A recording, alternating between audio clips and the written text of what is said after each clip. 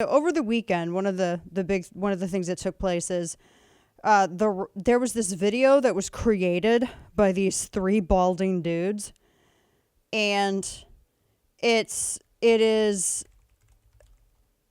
I don't even know I don't know their names. Their names aren't important to me. So I don't even want to name this account on social media because it's so stupid.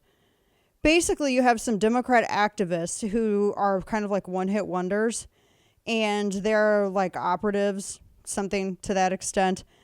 And they're operatives, and they ended up going through, I guess, and they can go through anybody's podcast, and they found all this video, we can't play it on air, of Joe Rogan, who was he wasn't actually saying a racial slur. Like, he wasn't acting like Justin Trudeau or Ralph Northman. He was like repeating what somebody said and like giving quotes out. That's what he was doing. He wasn't actually stating that. He wasn't actually just like going out and being a Democrat and stating all these slurs. That's not what he was doing. And that's exactly what it is too. So you can sit here and say otherwise and you'd be wrong.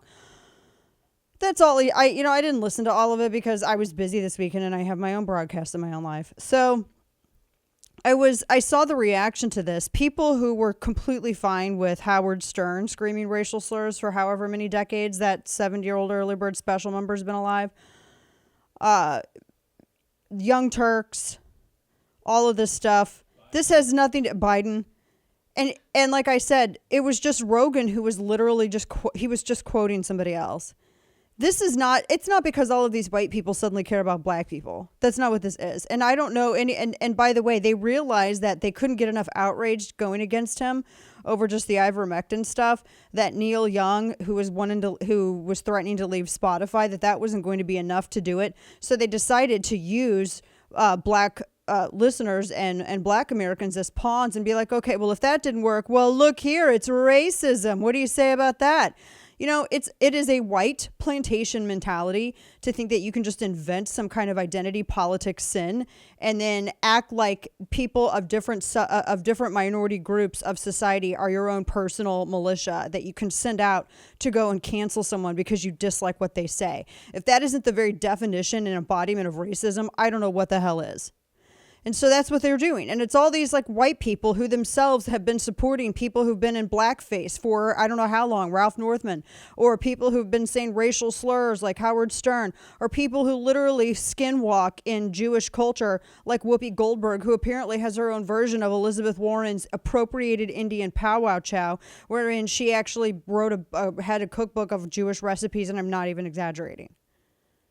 So That's all this is. It's people who got mad because Joe Rogan's influence competed with their influence, and so they wanted to cancel him. That's what it is.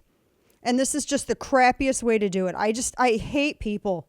I just can't stand it's so ridiculous. I've dealt with this for a decade where I've had people coming after me to cancel me for forever, and they've really tried.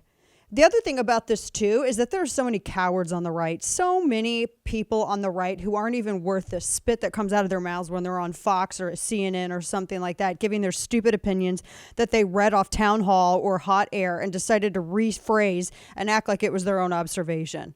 They are miles wide and inches deep. And I hate everything. These are people who are so quiet and don't come out and speak out in defense of anybody who's dealing with this issue.